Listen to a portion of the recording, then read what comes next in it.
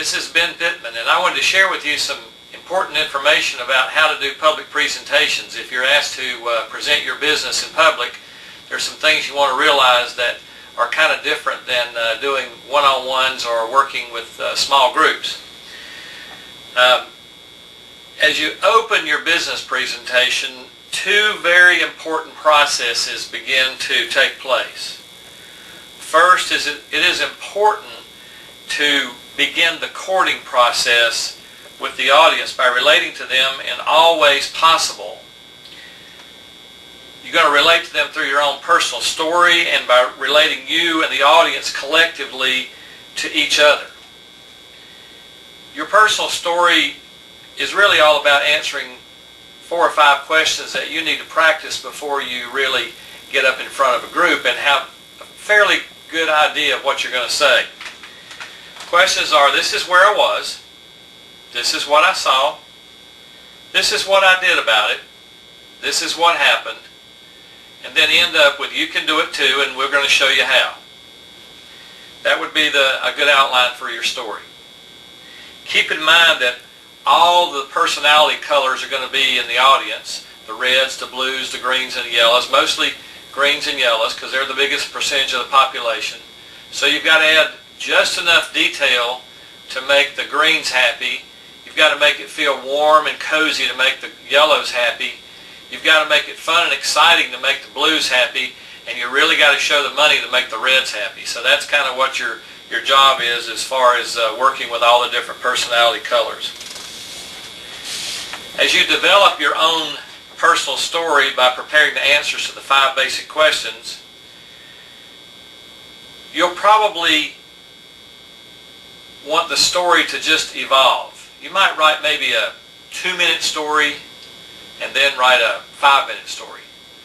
But probably you should be able to finish your little personal story in about 2 or 3 minutes answering all those different questions. Now, the reason you're relating this story to the audience is because you want to relate them to you and them to each other. All of us have common goals. We have common hopes. We have common dreams. Most of us that are sitting in a room at a business presentation have debt. We have children to educate. We have retirement funds to put together.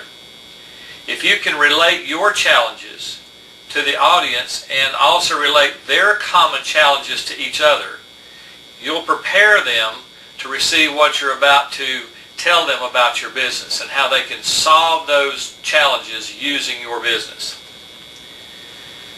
The opening monologue is also a perfect time to begin the decision-making process, which some people refer to as the close.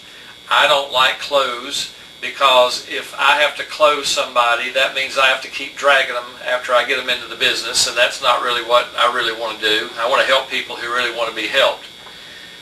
The stronger the relationship, however, that you build during the business presentation, the better chance you have for a positive response.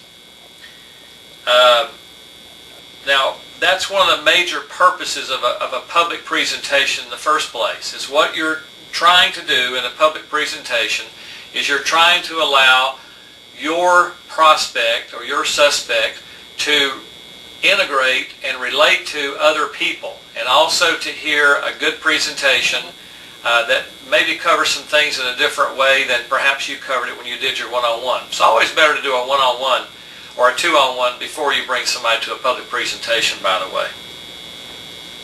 Storytelling is an essential part of a good public presentation. Learn how to tell little stories that make a point. Practice telling your stories to your friends. Write your stories down. If you write your stories down, they'll mean a whole lot more to you, and they get better every time you tell the story if you write it down and kind of follow the script a little bit. Don't be afraid to try out new material if you're doing a public presentation. It's okay. Most people will forgive you in that situation unless it's really a bad deal.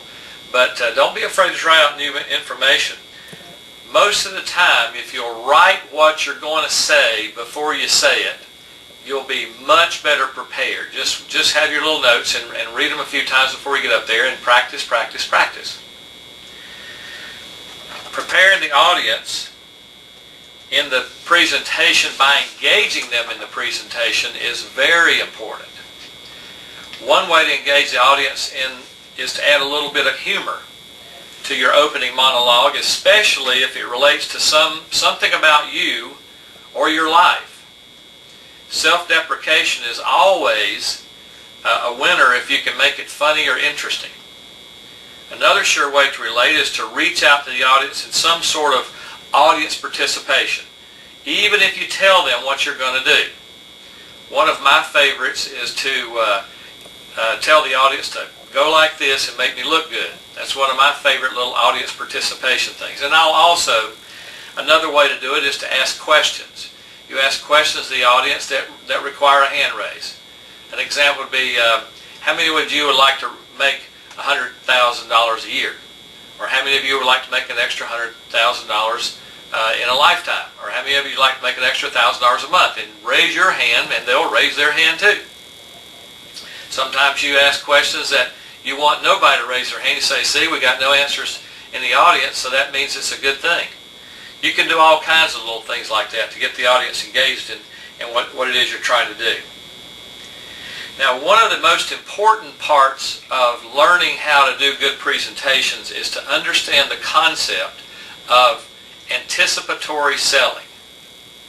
There's a little saying that goes along with anticipatory selling that I really want you to remember. It goes like this: if you can see the world through Susie's eyes, you can sell Susie what Susie buys. Now, what does that mean? That means Susie's not interested in everything about you. So it's not an I or a me thing. What you need to do is to dive down inside Susie's mind and try to figure out what she's going to ask or what she needs to know in order to make a good decision for her. That'll be important to you. And especially it's important if you understand what Susie's color is, what her dominant color is. Depending on what color she is, means that she's going to be relating to different things that you say. So in a public presentation, you kind of have to hit all of them. And you can do that. After you really get started with this, you'll begin to get the feel of it, and it'll start feeling good for you. You'll start to get the rhythm of this whole thing as you practice a little bit. Now, there are three main objections that you might want to try to what we call attack and confess in the presentation. The three objections in network marketing, generally speaking, are time, money, and spouse. So, you might say from the front of the room, go ahead and open up the time subject and attack it, and then confess. You say, well, you know, when I first saw this, I really felt like I did not have one single minute to add to my day to try to build another business. But after I understood it a little bit more, and after I saw how I could earn some residual income as opposed to linear income, then it really started making sense.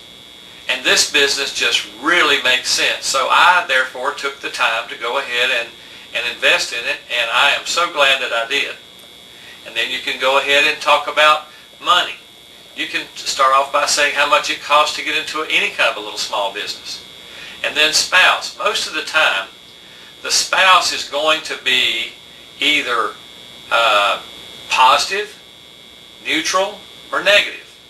So you got 2 out of 3, but you can say, you know, my spouse wasn't really against my doing this kind of a business or building another business, but she wasn't so much for it either. She just was kind of neutral. But I decided I was going to do it, and it was amazing, however, when I started making money, how much she kind of moved over from the neutral side to the positive side real fast. So you can try things like that. It's called attack and confess. If you attack and confess early on, you start setting the stage for agreement later.